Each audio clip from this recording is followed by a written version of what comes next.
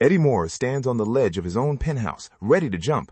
Behind him, someone is tearing through his front door, metal scraping against metal. Manhattan spreads out far below his feet. Eddie is terrified, and he has seconds to decide. Jump or turn around and face whatever breaks through that door. 3 months earlier, Eddie is a writer already falling apart. He has a signed book deal and an overdue manuscript, and he cannot write a single page of it. Over lunch, his girlfriend Lindy breaks up with him without warning. She said she's tired of watching him drift with no direction. Eddie tries to argue, but Lindy has already made up her mind. She leaves him sitting alone at the table with nothing left to lose. Walking down the street afterward, Eddie runs into a face from his past. Vernon Gant, the brother of his ex-wife, Melissa Gant.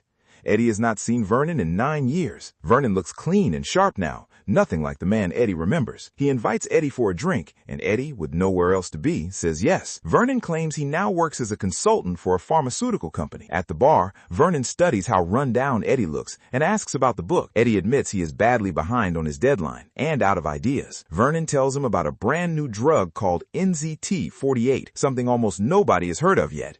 He says it lets a person use 100% of their brain instead of the usual 20%. He claims it is fully legal and already approved by the FDA. Before he leaves, Vernon presses a single clear pill into Eddie's hand. Eddie is skeptical about taking an unknown pill from a man he barely trusts. Back at his building, his landlord's wife stops him in the stairwell to complain about his overdue rent. Eddie swallows the pill anyway. Within seconds, his mind clears completely and stays perfectly focused. He spots a law textbook sticking out of the woman's bag and realizes she's struggling in law school. Eddie surprises the woman by discussing her coursework in detail, naming exact readings that could help her. Stunned, she sleeps with him that afternoon. Afterward, Eddie cleans his cluttered apartment top to bottom. Then he sits down and writes 90 pages of his book in one sitting, barely stopping to breathe. The next morning, the drug is worn off, but the finished pages remain. Eddie can barely believe he wrote them. His editor calls back within hours, full of praise. Eddie is hooked, and not just on the drug. He tracks down Vernon and asks for more. Vernon agrees, but only after Eddie runs a string of errands for Vernon first. Eddie doesn't love it, but he agrees anyway and gets to work. When he finishes and returns to Vernon's apartment, he finds Vernon lying dead on the floor, the place ransacked, drawers pulled out and furniture turned over. Before police arrive, Eddie searches the wreckage and grabs what's left: Vernon's stash of pills, some cash, and a small address book. Back home, Eddie takes another pill and gets to work.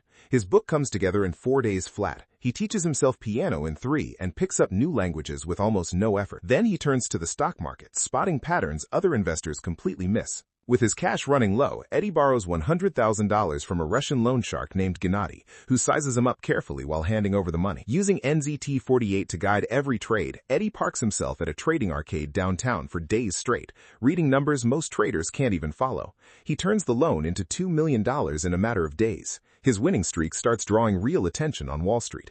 Eddie reconnects with Lindy, showing up sharp, confident, and suddenly wealthy. Amazed by the change, Lindy takes him back, and the two rekindle their relationship. Around this same time, Eddie starts noticing a man in a tan coat watching him from across the street. He has no idea who he is or why he keeps turning up. Eddie's rapid rise catches the attention of powerful financier Carl Van Loon. Van Loon presses him hard on how he's finding these opportunities so fast, but Eddie handles every question smoothly. Impressed, Van Loon brings him on board to advise a major merger with a rival company owned by Hank Atwood.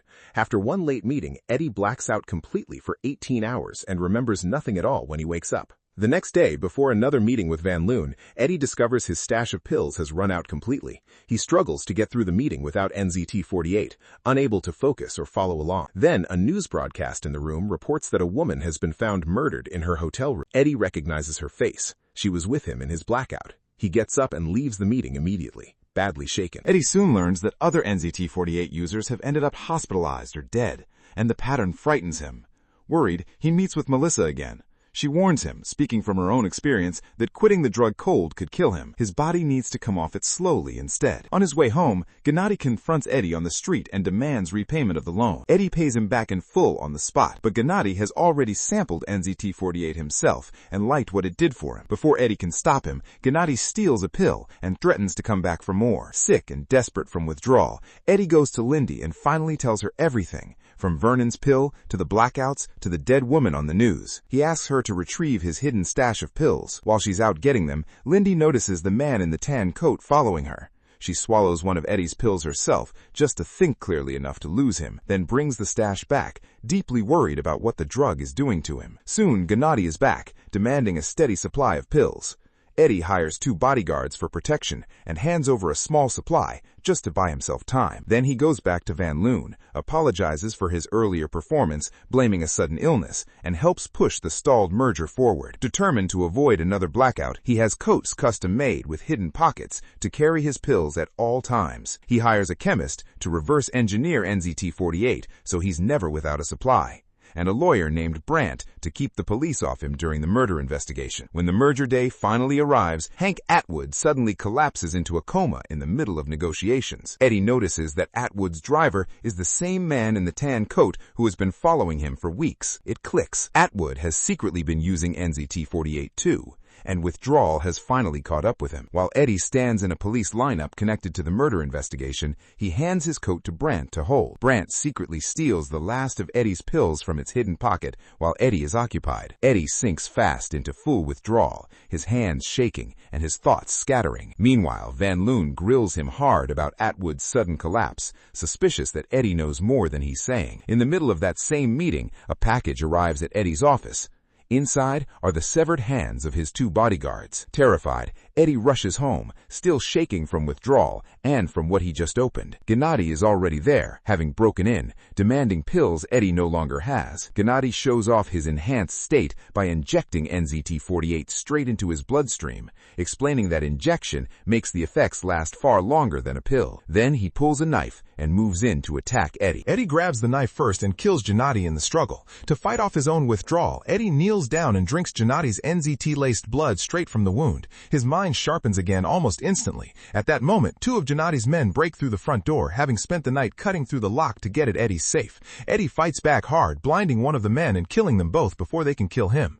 The pounding at the door finally stops, and the apartment goes quiet around him. Eddie steps back from the ledge instead of jumping. In the hallway outside, he finds the man in the tan coat waiting and realizes the man was working for Atwood all along, sent to track down more of the drug. At the hospital, Hank Atwood dies from the withdrawal. Eddie and the man in the tan coat travel together to Brandt's apartment, where they find Brandt tied up on the floor and recover Eddie's stolen stash of pills. A year later, Eddie's book has been published to strong reviews, and he's now running for the United States Senate. Carl Van Loon pays him a surprise visit at his campaign office, warm and friendly at first. Then he reveals he knows the truth about NZT-48 and that he's already shut down Eddie's lab. He offers Eddie an unlimited future supply in exchange for political favors down the road, expecting Eddie has no choice but to agree. Eddie calmly tells Van Loon he doesn't need him anymore. He's already built his own independent supply of NZT-48, far from Van Loon's reach, and has slowly weaned his body off the drug altogether. Van Loon realizes in that moment that Eddie has outmaneuvered him completely and has no real leverage left. He leaves the campaign office with nothing to offer and nothing left to threaten Eddie with. Later, Eddie meets Lindy for dinner at a quiet restaurant.